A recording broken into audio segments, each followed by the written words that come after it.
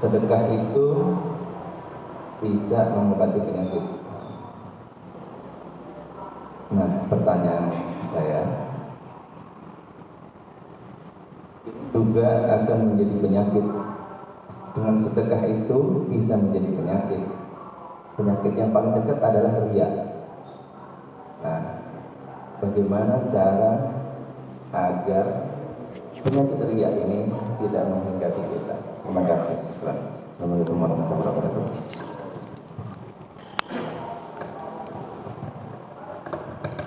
Sedekah bisa ngobatin penyakit.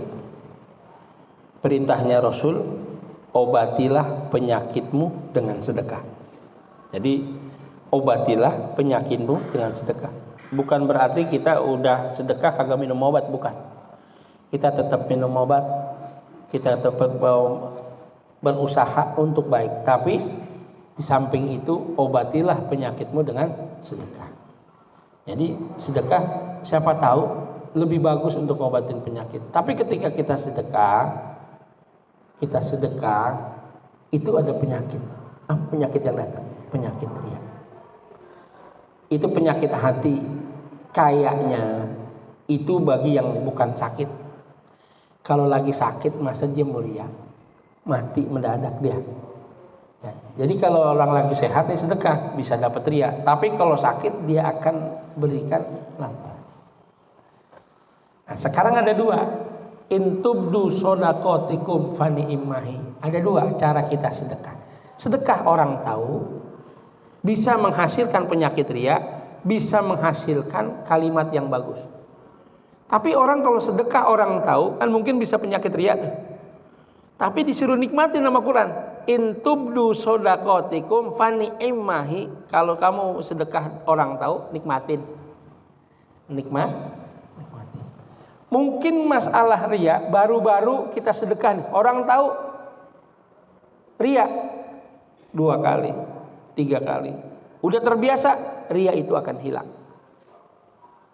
Jadi kalau kita mau masjid, orang tahu riya. Aku nggak jadi ke masjid dah. Ngapa? Entah gue dibilang orang baik lagi. Takut gue jadi riya. Nggak usah, jalan aja terus. Orang mau ngomong apa? Atau diri kita sendiri mau ke masjid ada kata biar orang lihat gua.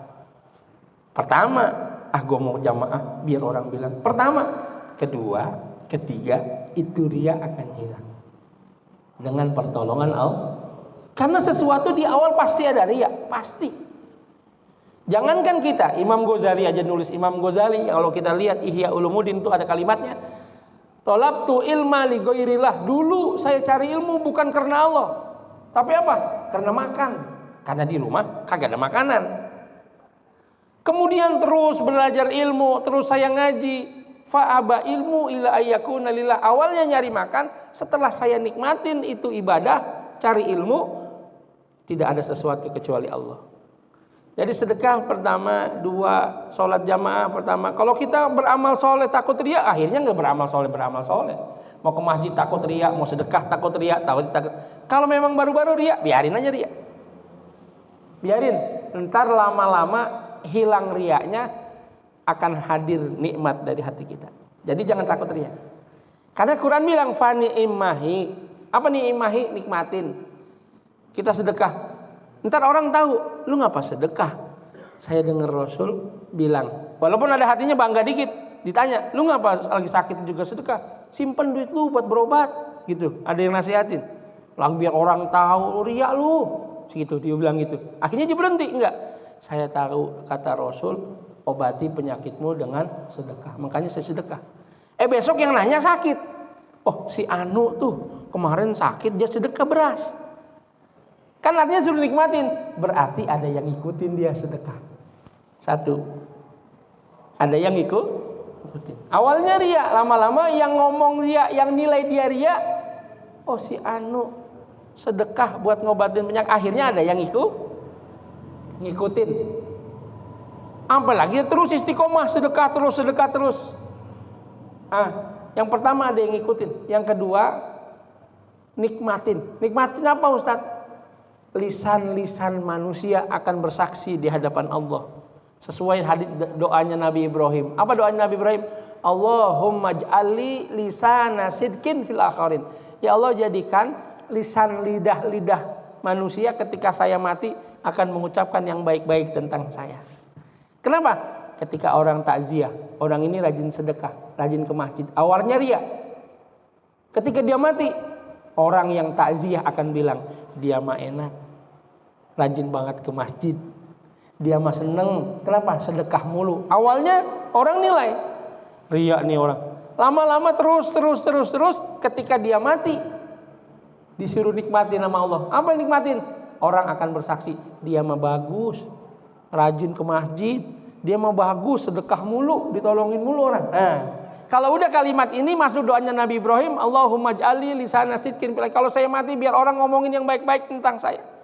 Kalau diomongin yang baik-baik udah nggak pakai lagi ditashhidkan di masjid ini. Ada orang mati kan kita suruh bilang, ishadu annahu min ahlil khair. Ada nggak begitu? Ntar kita bilang khair, gitu kan? Saksikan orang ini orang baik. Kenapa? Kita disuruh tolongin. Kenapa? Karena itu tolongan terakhir. Kalau kita menyolongin orang ini orang baik, ntar dia di hadapan Allah jadi baik.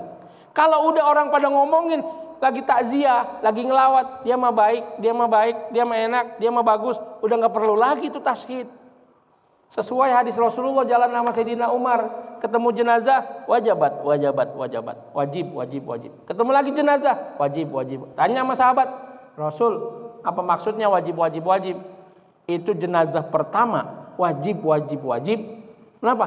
Karena di situ orang pada ngomongin kebaikannya, rajin puasa, rajin zakat, rajin sedekah. Jadi dia wajib masuk surga. Yang kedua itu wajib apa? Wajib masuk neraka. Karena orang yang pada ngelawat, pada nyebutin orang ini begini, orang ini jahat, pelit banget orang, kagak mau sedekah. Jangankan sedekah, iya. Tulang juga kali kalau bisa direbus lagi. Udah dibuang direbus lagi. Orang pada ngomongin begitu. Artinya omongan orang ini ternilai oleh Allah Subhanahu wa taala. Makanya kalau kita lagi sedekah, orang lihat, nikmatin aja. Jadi ngeri ya Ustaz, kalau sekali ria, kalau berkali-kali insya Allah jadi niat ikhlas dari Allah Subhanahu wa taala. Jadi syaratnya sedekahnya sering, amal solehnya sering.